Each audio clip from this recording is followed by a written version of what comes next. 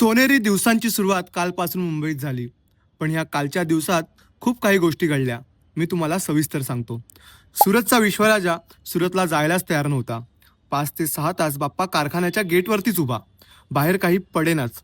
ते असं असेल की चिंतामणीचा फेस असलेल्या बाप्पाला चिंचपोकळी सोडून जाऊ वाटत नव्हतं. फायनली बाप्पा चिंचपोकळीच्या लेनमध्ये आला आणि मनाला चिंतामणी परत आलाय ह्याचाच भास झाला. धारावीचा किल्लेश्वरने पारंपरिक आगमन करून सर्वांचंच मन जिंकलं. बाप्पाचं रूपही रथाला साजेसं होतं. सुरतच्या विघ्नराजाचं खांद्यावरून थाटात आगमन झालं आणि आपला बाप्पा सुरतकडे रवाना झाला. आणि आपल्या परल वर्कशॉपमधून ह्या वर्षीचं पहिलं आगमन झालं मल्हारी ग्रुप सुरतच्या बाप्पाचं. शुभ आणि लाभ ह्याला घेऊन बाप्पाची गोड मूर्ती होती. बाप्पाच्या आगमनाला पावसानेही हजेरी लावली होती आणि बाप्पाचं रूप खूप जास्त गोड होतं. नाशिकच्या गणराजाचं आगमनही अगदी थाटात झालं. त्याच्यासोबत काल जयसिंगपूरचा सम्राटचं आगमन आणि महाकाल सेना मंडळ ह्याचंही आगमन झालं.